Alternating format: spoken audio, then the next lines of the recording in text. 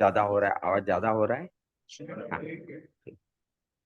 तो योग विद्या निकेतन के परंपरा के अनुसार तीन ओंकार और प्रार्थना से शुरुआत करते हैं। कोई भी आसन में बैठे जो आपके लिए सुखदायक हो। वज्रासन हो, पद्मासन, अर्ध पद्मासन, स्वस्तिकासन, भारतीय बैठक कुछ नहीं हो रहा है तो कुर्सी पे बैठेगा तो भी चलेगा, लेकिन कंधे पीछे होने अनिवार्य है। रीढ़ की हड्डी सीधी होना जरूरी है, यानी कि कमर का हिस्सा थोड़ा सा अंदर, थोड़ी जमीन को समांतर, चिन पैरेलल टू द ग्राउंड। आंखें बंद करिए, ड्रॉप योर आईलिड्स जेंटली।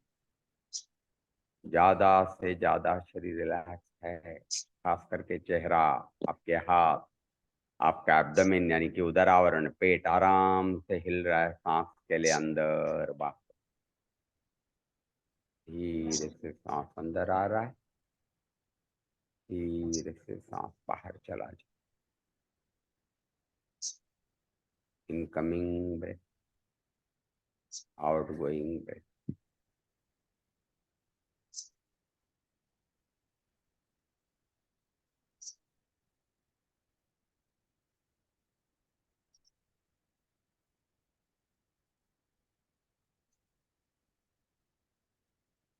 गहरा सांस अंदर भरी।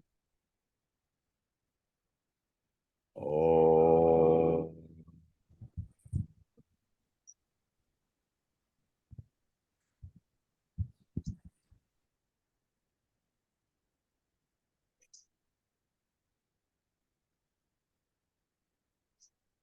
ओ,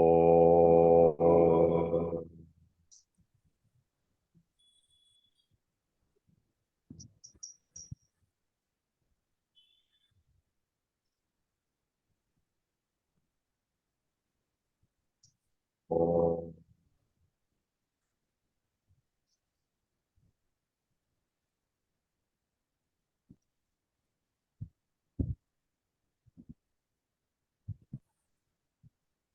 ओम भूर्भुवः स्वः तत्सवितुर्वरेण्यं भर्गो देवस्य धीमहि यो नः प्रचोदयात्। ॐ सहना भवतु, सहनौ भुनक्तु, सह वीर्यं करवावहै, तेजस्विनावधीतमस्तु मा विद्विषावहै। ॐ असतो मा सद्गमय, तमसो मा ज्योतिर्गमय, मृत्योर्मामृतं गमय। ॐ शान्ति शान्ति शान्ति।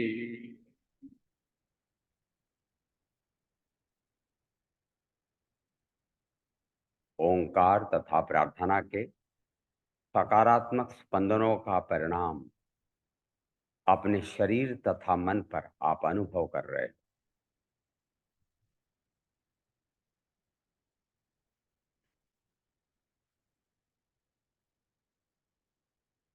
अब अपने मन को सांसों की ओर लेके आइए। धीरे से सांस अंदर आता हुआ, धीरे से सांस बाहर जाता हुआ। ब्रेथ अवेयरनेस, श्वासों के प्रति सजगता, श्वासाची केवळ जाणीव।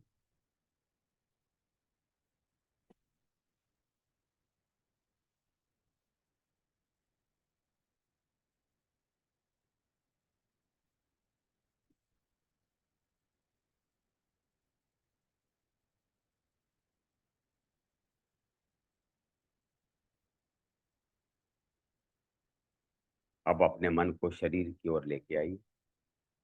शरीर के अंदर की स्थिरता, शिथिलता का अनुभव, stillness, steadiness and relaxation through out your body.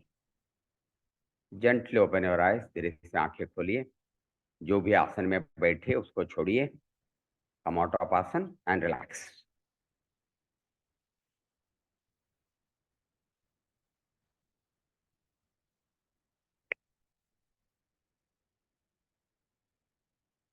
और एक बार आप सभी का स्वागत है इस प्रथम जागतिक ध्यान दिवस पर अवसर पर, the first ever world meditation day.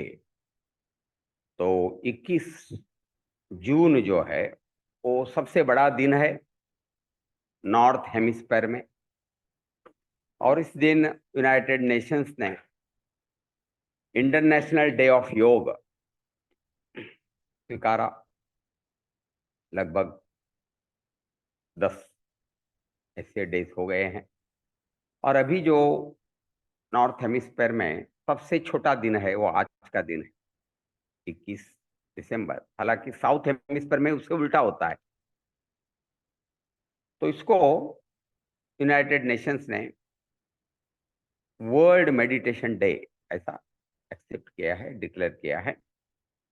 और इस बरस उतना समय नहीं मिल पाया कि वेल इन एडवांस नोटिफिकेशन करें, और इंडियन योग एसोसिएशन की एक मीटिंग हो गई, rather it was conducted by Ayush ministry एक 5 दिन पहले, कि जैसे एक कॉमन योग प्रोटोकॉल है, मतलब 21 जून को न केवल भारत में, दुनिया भर में इस कॉमन योग प्रोटोकॉल CYP बोलते हैं उसको अभ्यास किया जाता है। सभी भारत के leading yoga institutions under the roof of Ayush ministry came together to design that so called CYP। ऐसा ही एक मेडिटेशन का एक 20 मिनट का प्रोग्राम, कॉमन मेडिटेशन प्रोग्राम बनाया जाए, इस प्रकार का उनका अनुरोध था आयुष मिनिस्ट्री का। लेकिन जो जितने भी अलग अलग योग संस्था के प्रमुख थे, गुरुजन थे, उन्होंने ऐसा सुझाव दे दिया कि नाउ इट्स टू लेट, क्योंकि हर संस्था का अलग अलग अपना मेथोडोलॉजी होता है मेडिटेशन का। इसलिए एक कॉमन प्रोग्राम में सभी का एकमत होना, उसके लिए थोड़ा समय लगेगा, चर्चा होगी। तो इसलिए इस बरस जो भी संस्था अपने तरीके से करे, और अगले बरस तक 1 वर्ष है हमारे पास, तो इसके दरमियान रादर 6 महीने में ही, मतलब जो एक प्रोग्राम बनेगा उसका पब्लिकेशन 21 जून को किया जाए, तो हमारे पास 6 महीना है। इस प्रकार का निर्णय लिया गया है। लेकिन उसके साथ ये बताया गया कि विषय ऐसा हो जो सभी को स्वीकार्य हो, बराबर, कि अलग अलग रिलीजन है दुनिया भर में, उन सबको भी स्वीकार्य हो, क्योंकि कुछ संस्था में जिस प्रकार के मेडिटेशन चलते हैं वो सभी को स्वीकार्य होगा, ऐसी कोई बात नहीं है। और इसलिए सांस से रिलेटेड जो मेडिटेशन है वो एकदम प्राथमिक है, और सभी सांस लेते हैं दुनिया में, रिलीजन का कोई बार नहीं है। हालांकि जानवर भी सांस लेते हैं, लेकिन जानवर को हम योगाभ्यास नहीं करवा सकते हैं।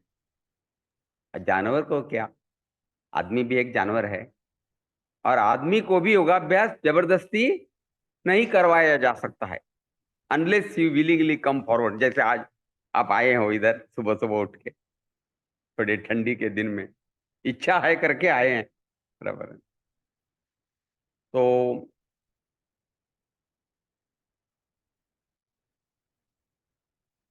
सांस के साथ जो टेक्निक है वो एकदम सभी के लिए स्वीकार्य होगा, और वही होना चाहिए। और हमारे इधर तो है ही, गुरु जी ने प्राण धारणा इस शब्द का प्रयोग किया है।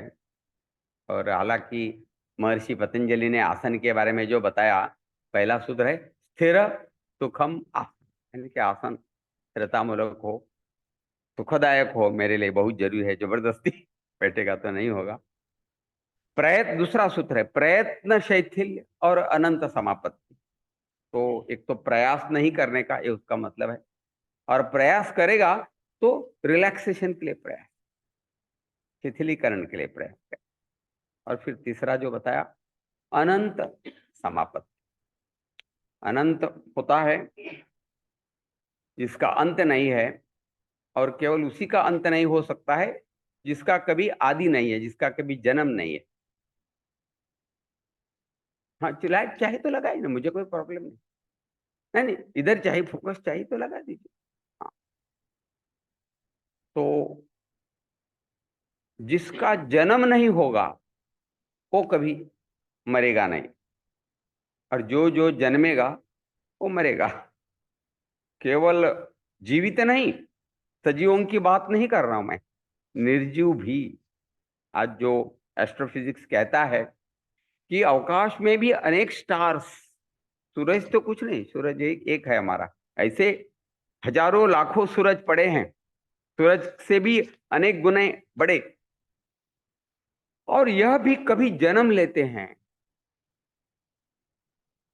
जन्म लेते हैं, अभी जन्म लेते हैं तो मौत होगी ना, लेकिन कभी करोड़ों करोड़ों बरस के बाद, हमारे कल्पना के बाहर है एक स्टार का कितना आयु है, और वे नष्ट होते हैं, दे गो इनटू ब्लैक होल। ये तो रिसेंट जो भी एस्ट्रोफिजिक्स कहता है। मतलब सजीव हो या निर्जीव हो, जो जो जन्म लेगा उसको मौत है, और जो कभी नहीं जन्मेगा वो कभी नहीं मरेगा। लॉजिकल। और एक ही तत्व है जो अनादि है और अनंत है, जिसका अंत नहीं, वो तत्व है जिसको हम दिव्य शक्ति कहते हैं, डिविनिटी कहते हैं, नाम कुछ भी पता है। उपनिषदों ने कहा एकम सत्युप्राहा बहुधा वदंती, वो एक ही है, उसको अलग अलग नाम से पुकारा है। किसी ने कुछ भी नाम से पुकारे, फर्क नहीं पड़ता है, वो तत्व तो वही है। बराबर है। तो अनंत का मतलब वो है अनंत समापत्ति, उसके साथ समापत्ति करना, उसका ध्यान करना, ये उसका मतलब है। अभी अनंत जो तत्व है उसको ध्यान के लिए लाना बड़ा मुश्किल है। बराबर है।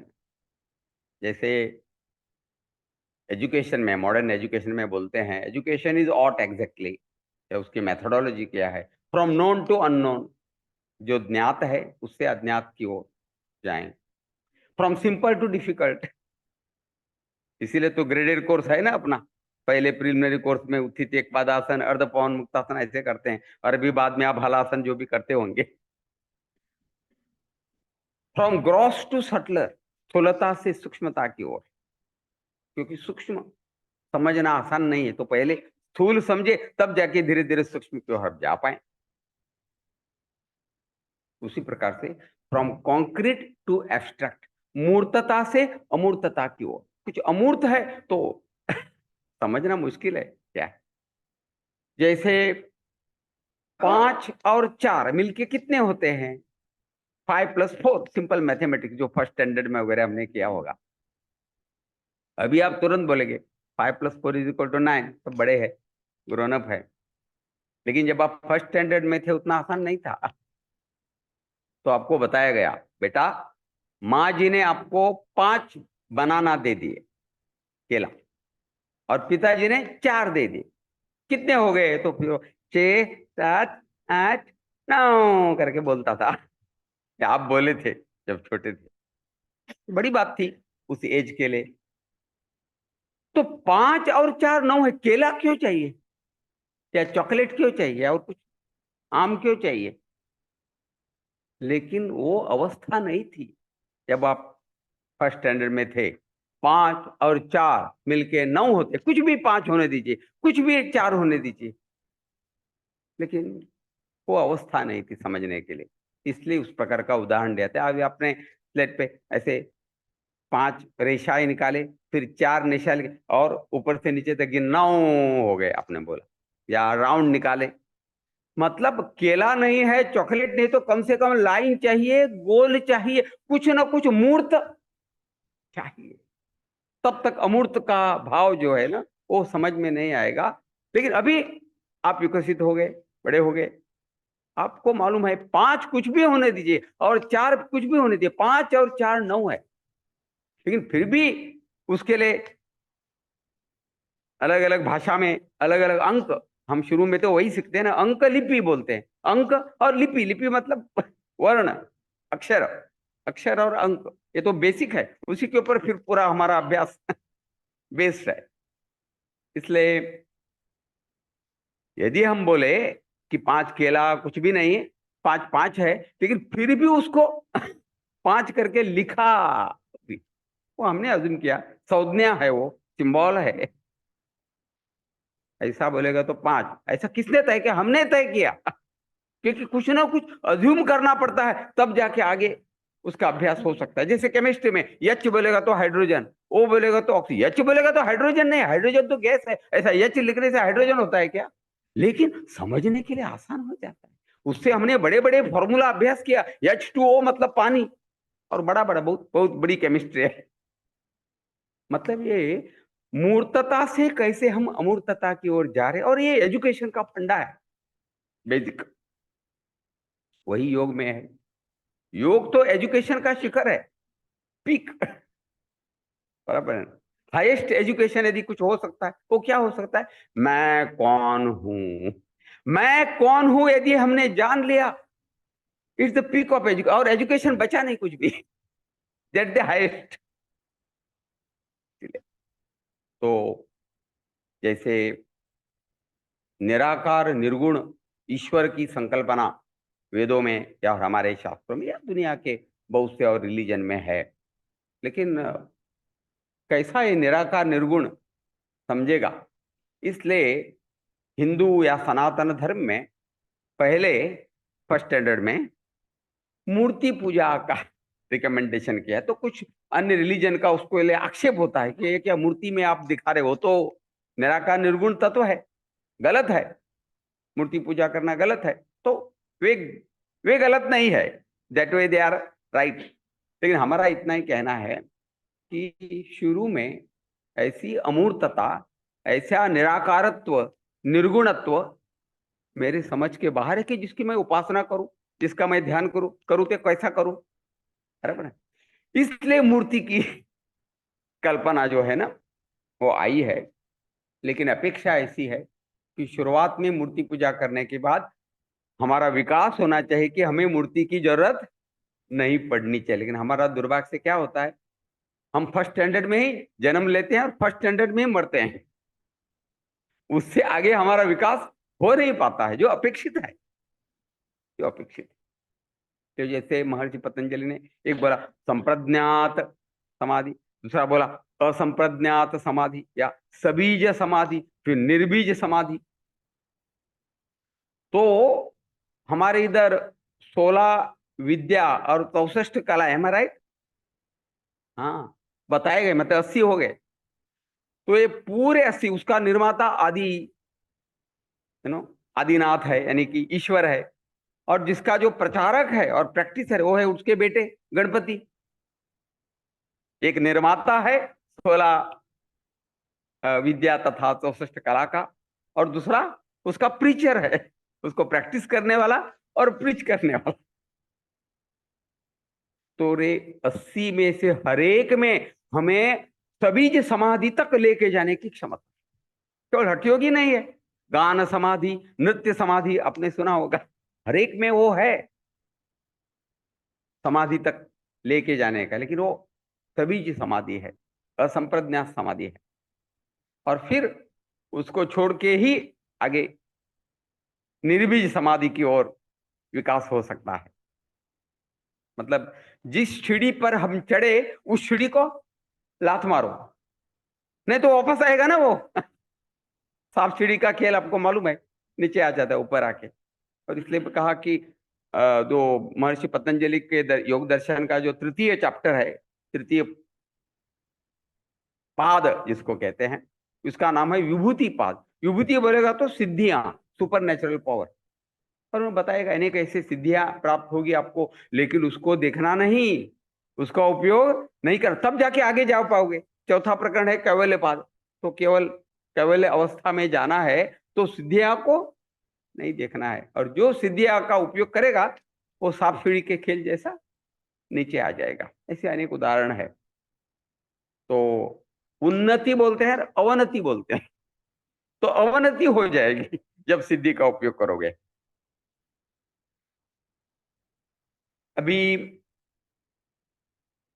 जो निराकार निर्गुण की संकल्पना है वो बहुत ही कठिन है हमारे सामान्य लोगों के लिए शुरू में, तो इसलिए सगुण की कल्पना की गई है। और खास करके पंच ज्ञानेंद्रिय को अपील हो, जैसे एक मूर्ति होती है, मतलब आंख को, सुंदर फूल होते हैं वापस आंख को, फूल को सुगंध होता है, धूप अगरबत्ती जलाते हैं किसको, श्रवणेन्द्रिय, और धूप का संबंध वापस अपने ऑल्फैक्टरी सेंसेशन स्मेल को है, घंटी बजाते हैं वापस श्रवण के लिए है, और आखिर में क्या देते हैं, प्रसाद देते हैं फॉर द टेस्ट। मतलब सभी सेंस ऑर्गन्स उसमें अपील करके उस स्थूल से धीरे धीरे एक एक को छोड़ के हमें निर्गुण अवस्था में जाना अपेक्षित है।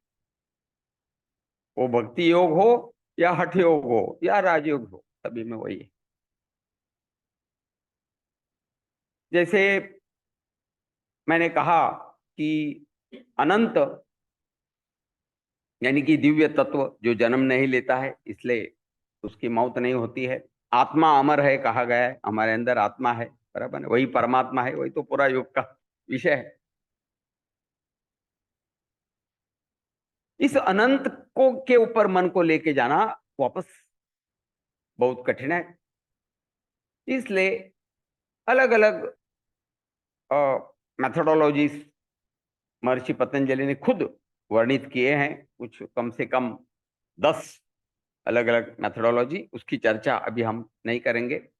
लेकिन गुरुजी ने, निम्बाड़कर गुरुजी ने एकदम तुरंत अपने को, सामान्य आदमी को तुरंत समझने के लिए उन्होंने कहा कि प्राण भी अनंत है, एटलीस्ट जब तक हम जीवित हैं। सांस जो है ना, जन्म से लेके मौत तक चालू रहता है। मतलब कम से कम मेरे जीवन काल में तो मेरे लिए सांस क्या है, अनंत है। जब मैंने जन्म ले लिया और पहली बार मैं रोया, तब मैंने सांस लिया या बाहर छोड़ा सांस, बाहर छोड़ा। क्योंकि सांस अंदर लेके आदमी रो नहीं सकता है, सांस अंदर लेके आदमी बोल नहीं सकता है, गा नहीं सकता है, यही सब प्रक्रिया उच्छ्वास से संबंधित है। इसलिए पहली बार जब तक माँ के कोख में थे, अपने को कोई ऑक्सीजन की जरूरत नहीं थी, न कार्बन डाइऑक्साइड बाहर फेंकने की जरूरत थी, माँ के खून से ही सब चल रहा था। लेकिन जैसे बाहर आ गए और संबंध कट गया, तो धीरे धीरे कार्बन डाइऑक्साइड बढ़ने लगा, और बढ़ते हुए कार्बन डाइऑक्साइड ने अंदर एसिड बढ़ाया, और इस एसिड ने अपने ब्रेन के रेस्पिरेटरी सेंटर को स्टिमुलेट कर दिया, और फिर आ करके बच्चा रोया। बच्चा रोया नहीं तो डॉक्टर, आजू बाजू के नर्स और बेचारी जन्म देने वाली माँ सब टेंशन में आ जाते। बच्चा रो गया तो फिर सबका आनंद हो गया, जिंदा है। दैट इज द कंफर्मेशन, जीवित है। तो पहली बार हमने उच्छ्वास के माध्यम से, रोने के माध्यम से सांस छोड़ा, और बाद में वो मीटर चालू हो गया। और वो मीटर चालू है अभी। दिन रात हम सोते हैं तो सांस नहीं सोता है, सांस सोएगा तो दूसरे दिन हम उठेंगे नहीं। ऐसा होता है बहुत बार, सोए सोए आदमी को हार्ट अटैक आ जाता है दुर्भाग्य से। एनीवे, तो जन्म से लेके मौत तक सांस चालू रहती है। मतलब हमारे जीवन काल में तो सांस अनंत है। इसलिए गुरुजी ने बोला उसको ही पकड़ो। मतलब गुरुजी ने पहली बार बोला ऐसा नहीं, ये तो आप बुद्धिज्म में भी देखोगे, अनापन, यू नो, मतलब वही है, बहुत लोगों ने बात की है। लेकिन प्राण धारणा ये शब्द का प्रयोग निश्चित रूप से गुरुजी ने कर दिया कि प्राण बोलेगा तो इधर सांस, प्राण बोलेगा तो दूसरा भी मतलब है। प्राण निकल गया तो आदमी गत प्राण हो जाता है, मर जाता है। तो ये संकल्पना थोड़ी अलग है, सूक्ष्म है, उसकी चर्चा अभी नहीं करेंगे। लेकिन अभी इधर गुरुजी ने प्राण यह शब्द सांस के संदर्भ में वापरा। प्राण धारणा मतलब सांस पर अपने मन को रखो। सांस अंदर आया, सांस बाहर गया। हो सकता है कि सांस अंदर लेते समय मेरा एब्डोमेन बाहर फूलता हो, सांस छोड़ते समय मेरा मेरा एब्डोमेन अंदर चला जाता हो, या थोड़ी छाती भी फूलती होगी, नीचे जाती हो, जो भी है। अंदर आया बाहर गया उसको 1 करके गिनो, वापस सांस अंदर आया बाहर गया उसको 2 करके गिनो। तो इसको बोला प्राण धारणा प्रथम, counting the cycles of the breath.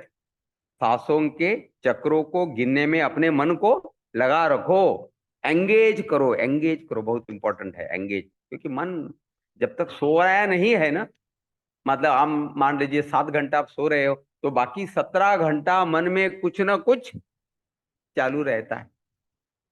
क्या ये सब जरूरी है? कुछ चीजें जरूर हो सकती है, हाँ ये करना है कल वो करना है, इट्स ओके। लेकिन जो चल रहा है 17 घंटा वो क्या वैसा है? नहीं, वो फालतू में है।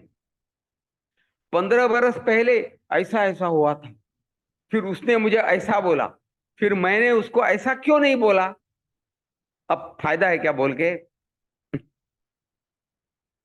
लेकिन यही मन का खेल है, मगजमारी बोलते हैं, फुक्कट का, it's a waste of energy. So at a mental level a tremendous energy wasted.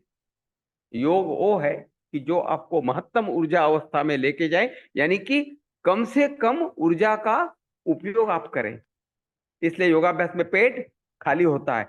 30% ऊर्जा डाइजेशन के ऊपर खर्चा होती है। जो आपका पेट खाली है मतलब 30% ऊर्जा क्या हो गई? सरप्लस हो गई। डिफरेंशियल रिलैक्सेशन, प्रयत्न शैथिल्य, ये जो शब्द महर्षि पतंजलि ने वापरा है उसके लिए निंबाड़कर गुरुजी ने सजग भेदात्मक शिथिलीकरण, कॉन्शियस डिफरेंशियल रिलैक्सेशन, CDR, इस शब्द का प्रयोग कर दिया। मतलब शारीरिक स्तर पे आप बहुत हद तक ऊर्जा को सेव कर रहे हो, उसका खर्चा कम कर रहे हो। अब बात रहेगी मेंटल। मेंटल स्तर पर सबसे ज्यादा ऊर्जा खर्च होती है। आदमी का जो ब्रेन है ना, वो हार्डली 1.5% बॉडी का, ओनली 1.5% ऑफ द बॉडी। खून कितना लेता है? 20% नॉर्मल स्टेट में। हाँ, ये जो कैरोटिड आर्टरी करके है जो ब्रेन को ब्लड सप्लाई करती है, उसमें 20% खून जाता है। 1.5% ब्रेन, 20% खून खाता है। उसका मतलब क्या? शरीर की तुलना में बड़ी मात्रा में ऊर्जा खर्च होती है मन के स्तर पर। वही वही जो अभी मगजमारी बोल रहा था मैं, फोकट का, जो फालतू में कुछ ना कुछ चालू रहता है, उसका कोई मतलब नहीं, कोई फायदा नहीं अपने को, लेकिन यही स्वभाव है अपना, बराबर है? मन का नेचर है वो। इसी को रोकना ध्यान है और कुछ नहीं है। दिवाली में पूरा डेकोरेशन, या कोई बच्चे का बर्थडे है तो पूरे बिल्डिंग में डेकोरेशन, कितनी इलेक्ट्रिसिटी वेस्ट हो रही है ना। एक ही बल्ब लगाया तो ऊर्जा बच जाएगी। वही है, ये छिक फिक चालू है इधर दिवाली का, बर्थडे का decoration, and we are wasting that 20% और रादर मोर देन 20% एनर्जी। एक दिया जलाइए, आपका क्या हो जाएगा? कम से कम ऊर्जा खर्च होगी। वही मेडिटेशन है और क्या है। एक समय एक ही चीज चले, नहीं तो पंच ज्ञानेंद्रिय अपने को इधर उधर लेके जाते हैं।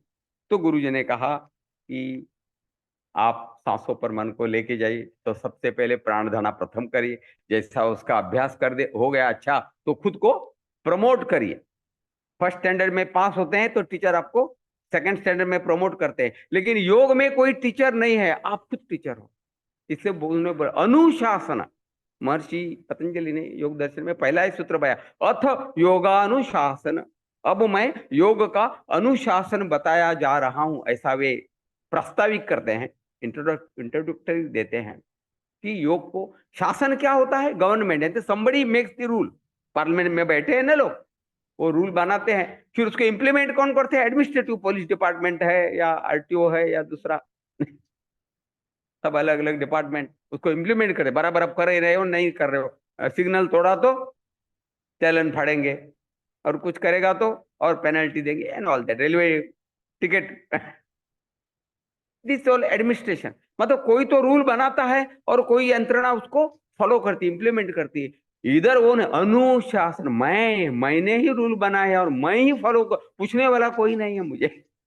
बोलते हैं फॉरेन में बहुत पॉपुलेशन कम है, मैंने अभी नहीं गया भारत के बाहर, लेकिन जो भी सुना है बहुत जगह बहुत कम पॉपुलेशन है, उधर भी सिग्नल होते हैं, अभी रेड सिग्नल है, कोई व्हीकल जा नहीं रहा है, लेकिन जब तक रेड सिग्नल है मैं नहीं क्रॉस। इधर की तो बात अलग है, भीड़ होती है, कोई चांस ही नहीं है सिग्नल तोड़ने का, और सामने पुलिस नहीं है, और यदि कभी ऐसा मौका मिला तो लोग सिग्नल तोड़ देते हैं।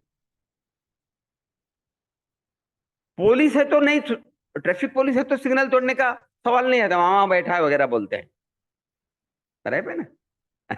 मामा मतलब ससुर, हाँ, मामा बैठे हैं उधर, मामा खड़े हैं, समथिंग लाइक, ये कोड लैंग्वेज है लोगों की जो सिग्नल तोड़ना चाहते हैं या बिगर लाइसेंस चलाना चाहते हैं। तो कोई मामा की जरूरत नहीं, कोई पुलिस की जरूरत नहीं है।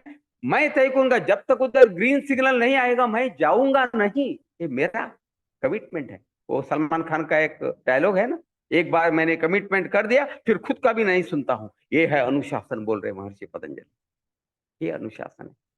इसलिए आपको प्रमोट करने के लिए कोई शिक्षक की जरूरत नहीं है, आप खुद तय करोगे कि मेरा अभ्यास, इंट्रोस्पेक्शन, जिसको स्वाध्याय बोला है, अभी पूरा महर्षि पतंजलि ने यम अष्टांग योग में क्या बोला है, यम नियम, वो सब अभी समय नहीं है आज के विषय करने की। स्वाध्याय करके एक उसमें नियम है, आपने सुना होगा तो स्वाध्याय का मतलब सेल्फ इंट्रोस्पेक्शन, खुद अभ्यास करूंगा और खुद बीच में टेस्टिंग, शिक्षक नहीं है, मैं ही अभ्यास करूंगा, मैं ही परीक्षा लूंगा मेरी कि किधर मैं हूं, किधर तक आया हूं, बराबर है ना। तो उस प्रकार जब मुझे समझ गया अच्छी तरह से मुझे प्राण धारणा जम रही है, तो धीरे धीरे मैं थोड़े सूक्ष्म स्तर के ऊपर जाऊं, प्राण धारणा द्वितीय केवल नथुनी में उस स्पर्श को अनुभव करें। प्राण धारणा द्वितीय धारणा के बारे में महर्षि पतंजलि बताते हैं, देश बंध चित्तस्य धारणा, देश मतलब प्रदेश, एरिया। अब पहले प्राण धारणा प्रथम जरा एब्रप्ट थी, किधर से मालूम नहीं था, लेकिन अभी क्या हो गया, फोकस इधर ही, केवल नथुनी के अंधुनी त्वचा में, अंदर आते बाहर आते, प्राण धारणा द्वितीय, और आगे जाके और अंदर गहराई में, आइडियली मृदु टालू के इर्द गिर्द। और वो भी कैसा, यदि अच्छा अभ्यास हो, अपनी संवेदनशीलता इतनी बढ़े कि बाहर जाते सांस का थोड़ा गर्म स्पर्श, क्योंकि बॉडी का टेम्परेचर 37 डिग्री है, और अंदर आते सांस का थोड़ा ठंड स्पर्श। अभी मुंबई में, अभी वाशी में, इधर मुझे लगता है कुछ 18 वगैरह होगा, 18-20 डिग्री सेंटीग्रेड टेम्परेचर, मतलब कितना फर्क है ना, कम से कम एक 20 या कम थोड़ा डिग्री सेंटीग्रेड का फर्क है। मतलब ये अनुभव होने की अपनी संवेदनशीलता आनी चाहिए कि बाहर जाता हुआ सांस मुझे अंदर थोड़ा सा गर्म लगता है, अंदर आता हुआ थोड़ा ठंडा लगता है। उसको गुरुजी ने नाम दिया प्राण धारणा तृतीय। तो ये ग्रेडेशन, प्रथम द्वितीय तृतीय। अभी होता क्या है, आपका अनुभव होगा कि प्राण धारणा तृतीय करने के लिए आप बैठ जाते हो, या कोई भी हो प्राण धारणा, बीच में मन किधर तो गया, जब गया तब नहीं समझता है, बाद में अरे मैं तो प्राण धारणा करनी थी मुझे, मैं क्या कर रहा हूं। मान लीजिए आपने 10 चैतन्यासन में हो या वज्रासन, किधर भी 10 मिनट आपने प्राण धारणा कर दिया, और बाद में आप स्वाध्याय करोगे, इंट्रोस्पेक्ट करोगे कि 10 मिनट में कितना मन मेरा सांस के ऊपर था, 1 मिनट सब मिलके, हाँ, लगातार 1 मिनट नहीं, सब टुकड़ा मिलके 10 मिनट में 1 मिनट सांसों के ऊपर था, और 9 मिनट मन इधर उधर बहक रहा था, वॉन्डरिंग। अभ्यास जारी रखोगे तो एक दिन ऐसा होगा कि सब टुकड़े मिलके 1 ही मिनट आपका मन इधर उधर भटका था, और 9 मिनट आपका मन सांस पड़ता। ये है विकास, ये है उन्नति, ये अपेक्षित है योग के साधना के अंदर, बराबर है। तो सवाल ये है कि क्यों जाता है मन इधर उधर, क्योंकि बहुत संस्कार पड़े हैं, चित्त जो है ना भरा हुआ है, इसी जन्म के नहीं, पूर्व जन्म के भी संस्कार उसमें भरे हुए हैं, और वो आपको मेडिटेशन करने नहीं देते हैं, वे आ जाते हैं कहीं ऊपर, प्रेसिपिटेट हो जाता है। अब जनरली ऐसा क्या होता है, जब विचार होता है हम बह जाते हैं, we get carried away by that. एक या दूसरा क्या करते हैं, अरे ये विचार क्या मुझे मेरे मन में, ये अच्छा नहीं है, ये बुरा है, मतलब उसके ऊपर ओपिनियन देते हैं, और उसको हम दबाने की कोशिश करते हैं। इसको बोलते हैं डिफॉल्ट मोड ऑफ माइंड। एक तो उस विषय के अनुसार, विचार के अनुसार आप कैरी अवे होते हो, बह जाते हो, नहीं तो उसको दबा देते हो। दोनों नहीं करना है मेडिटेशन में, बल्कि उसको त्रयस्तता से देखना है, तब जाके वो निकल जाएगा हमेशा के लिए। मतलब धीरे धीरे आपका जो स्टोर हाउस है क्या हो जाएगा, कम हो जाएगा, लेयर ओवर लेयर सेडिमेंटेशन है। उसको बोलते हैं साक्षी भावना, साक्षी, साक्षी के स्वरूप में उसको देखो। मतलब हमें करना क्या है, प्राण धारणा, ध्यान नहीं करना होता है, ध्यान होता है, ध्यान किया नहीं जाता है। Meditation can't be done. हम एट द मोस्ट धारणा कर सकते हो, शुरुआत कर सकते हो धारणा का अभ्यास, कोई भी अभ्यास हो, धारणा विषय कोई भी हो, अभी तो सांस विषय है अपना, कोई भी विषय हो, धारणा आप कर सकते हो। धारणा करना आपके हाथ में, ध्यान होना आपके हाथ में नहीं है। आपकी मन की अवस्था क्या है उस पर ध्यान होना निर्भर है। जब बहुत इंप्योरिटी अंदर है, ध्यान होगा ही नहीं। तो सबसे पहले मन क्या हो जाएगा, शुद्ध करना पड़ेगा। वही साक्षी भावना एक तंत्र है कि जिसके मन शुद्ध हो जाता है, अपने अंदर के जो संस्कार है, दबाए हुए अनेक भावनाएं हैं, वो धीरे धीरे निकल जाते करके उसको साक्षी भावना ऐसा नाम गुरु जी ने दे दिया। साक्षी भाव ये विषय शब्द है साधना में।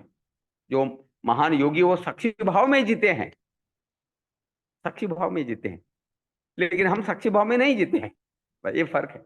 लेकिन इधर साक्षी भावना मतलब बहुत प्राथमिक अभ्यास, मतलब आपको करना है प्राण धारणा, साक्षी भावना होगी तब जैसे मन। लेकिन उस समय आपको समझना चाहिए, वो नहीं समझते अपने को। बाद में अरे मैं तो 5 मिनट इधर उधर भटक गया दूसरे विचार में, मुझे तो प्राण धारणा करनी थी। वैसा क्यों होता है? क्योंकि हम अलर्ट नहीं है। गुस्सा आता है तब समझता है कि अपने को नहीं गुस्सा, ओ इतना गुस्सा मुझे क्यों आ गया, बाद में हम सोचते हैं। क्योंकि हम साक्षी भाव में नहीं होते हैं, हम अलर्ट नहीं रहते, हम डिफॉल्ट मोड में होते हैं कि बह जाते हैं। बाद में समझते हैं अरे मुझे गुस्सा आ गया। यदि गुस्सा आते समय आपको मालूम हो रहा है कि मुझे गुस्सा आ रहा है, how that anger can dare to exist there.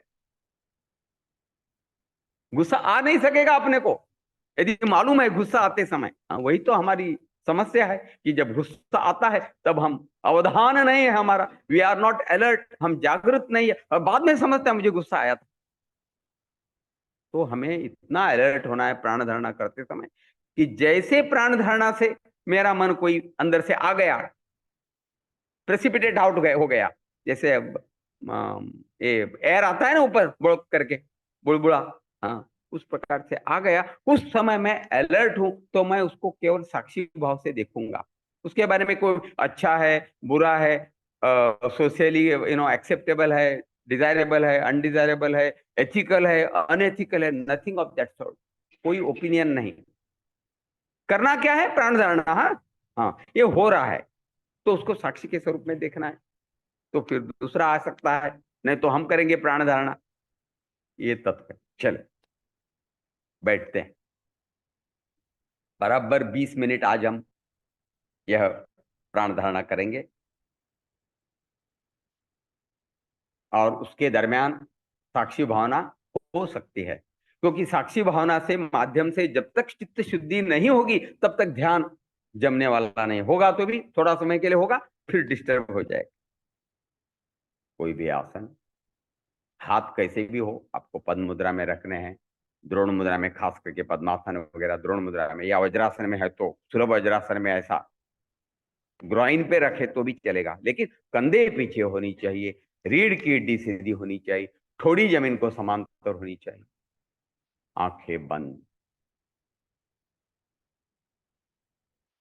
ज्यादा से ज्यादा शरीर हिला, खास करके चेहरा। आपके हाथ यद्यपि कंधे पीछे लिए हैं, लेकिन हाथ को स्ट्रेन नहीं करना, that is CDR, conscious differential relaxation, सजग भेदात्मक शिथिलीकरण। थोड़ी जमीन को समांतर है, chin parallel to the ground, so that there is no strain on the neck. गर्दन में कोई तनाव नहीं अनुभव हो रहा है, स्वाभाविक तरीके से नेचुरली ब्रीदिंग चालू है। हो सकता है धीरे से आपका एब्डोमेन, पेट, उदर आवरण बाहर खोले, सांस अंदर लेते समय, सांस बाहर छोड़ते समय धीरे से अंदर चले जाएं।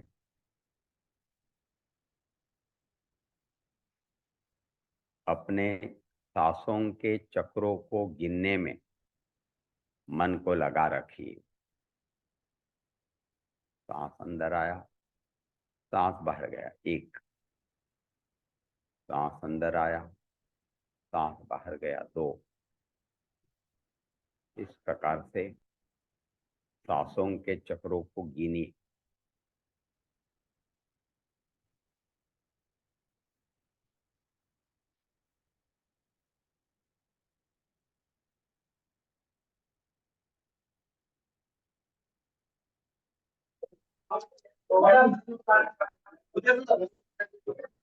7:45 का कोण आले आहे? हाँ हाँ, आज मेडिटेशन डे है तो करा ना।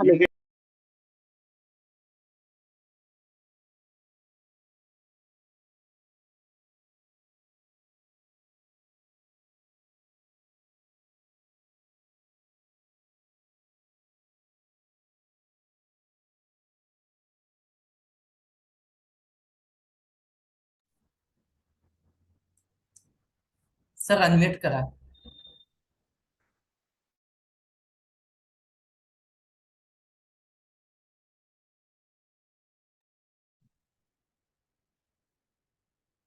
धीरे से उन्हीं सांसों को सूक्ष्म स्तर पर नथुनी में अनुभव करने का प्रयास करें। अंदर आते सांसों का तथा बाहर जाते सांस का नथुनी के अंदरूनी त्वचा पर होने वाले स्पर्श पर मन को रखिए। Continue to experience the touch of incoming and outgoing breath against the inner walls of the nostril, known as pranadharana dvitiya.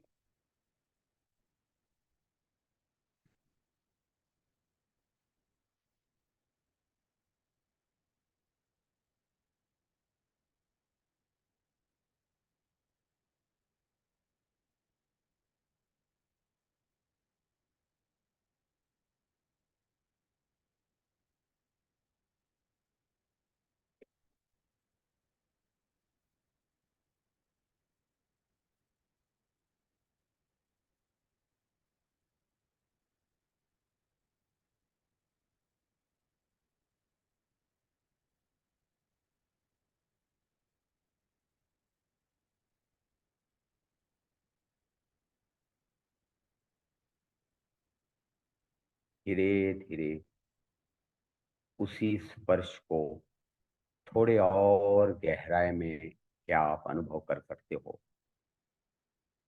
If you can, try to locate, try to trace deeper inside the nasal passage, wherein you can feel that sensation.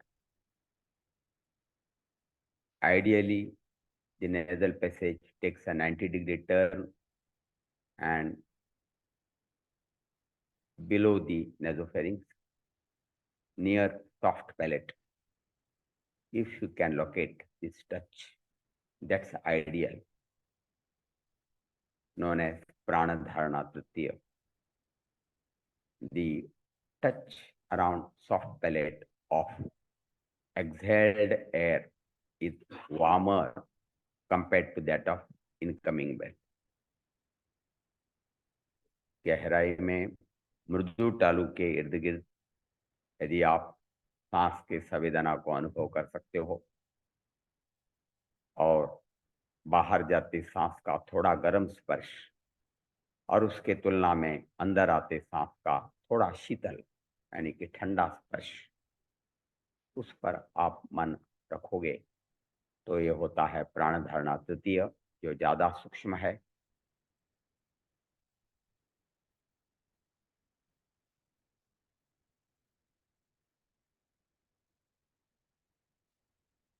कोई जबरदस्ती नहीं है। यदि प्राणधारणा तृतीय नहीं जम रहा है तो द्वितीय करिए, द्वितीय भी नहीं जम रहा है तो प्रथम करिए, लेकिन प्राण धारणा करनी। Basically it's a breath awareness, श्वासों के प्रति सजगता, श्वासाची केवळ जाणीव साक्षी स्वरूपामध्ये। We are not suppose to interfere but simply witness, observe. हमें हस्तक्षेप नहीं करना है सांस की गति में या गहराई में। जो जैसा चालू है वैसा चालू रहेगा। जैसे हम सोते हैं तो सांस चालू रहता है, हम किधर देखते हैं उसको? साक्षी भाव,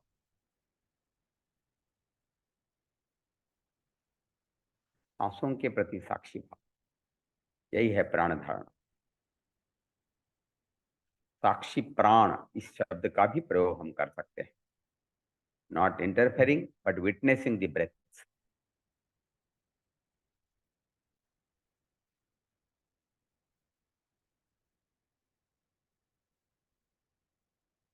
कर तो रहे हैं प्राण धारण। यदि बीच में प्राण धारणा से हट के मन इधर उधर जा रहा है तो बी अलर्ट। ए पॉइंट आपको समझना चाहिए, बी अलर्ट, अवधान।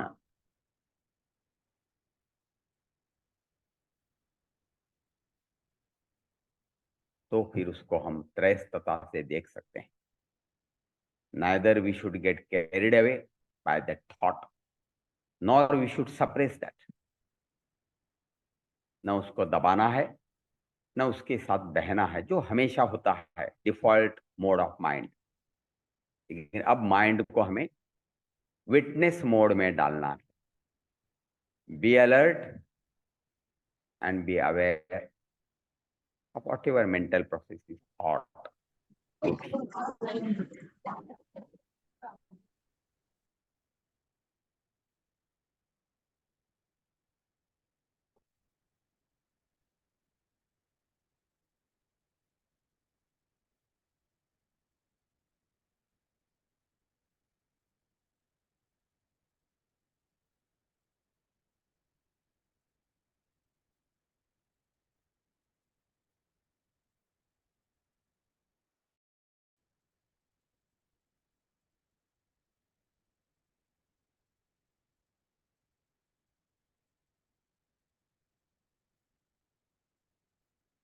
करना तो प्राण धारणा ही है, लेकिन प्राण धारणा करते करते यदि अंदर से कुछ विचार ऊपर आ जाता है तो बी अलर्ट, उसको साक्षी के स्वरूप में देखिए। न उसके साथ बहना है, न उसको दबाना है। neither get carried away with that thought nor suppress it, but witness। साक्षी के स्वरूप में उसको देखिए तो अपने आप वो निकल जाएगा, it will get withered away. लेकिन चित्त में तो ऐसे अनेक संस्कार, अनेक विचार, like sedimentation, layer over layer. तो ऊपर का लेयर गया तो नीचे का लेयर आ जाएगा। तो that's a process of cleansing, forgetting, doing catharsis of the mind, purification of the mind, मन शुद्धि, चित्त शुद्धि।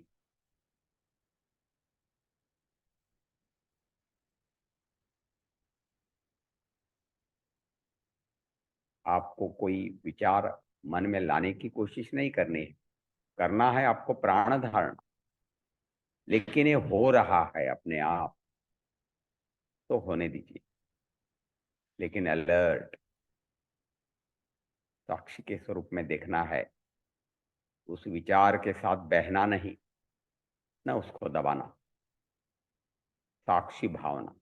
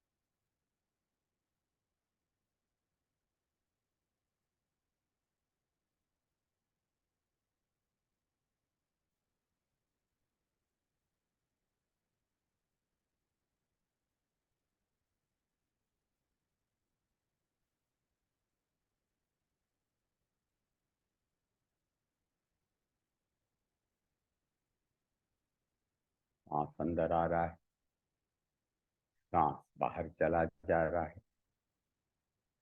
सांस बड़ा शांत हो गया है, सांस की गति कम हो गई है। प्राण धारणा तृतीय से धीरे धीरे प्राण धारणा द्वितीय की ओर।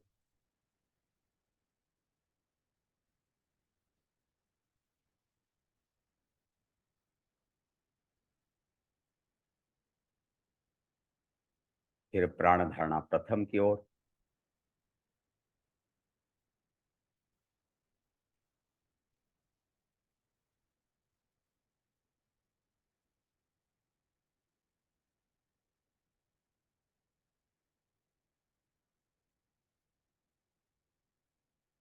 अब अपने मन को शरीर की ओर लेके आइए। Body has turn still. शरीर स्थिर हो चुका है। शरीर की संवेदना कम से कम हो रही है। ज्यादा से ज्यादा शरीर रिलैक्स पड़ा है।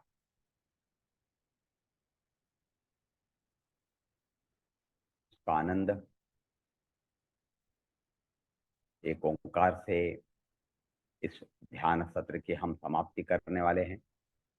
एक गहरा सांस अंदर भरिए।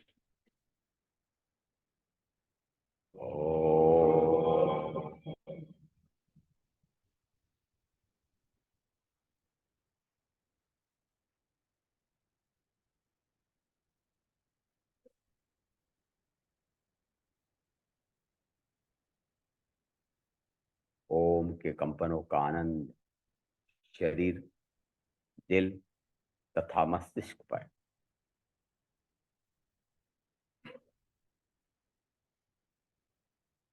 धीरे से आंखें खोली। धीरे से आसन को छोड़िए, जो भी आसन में आप बैठे हो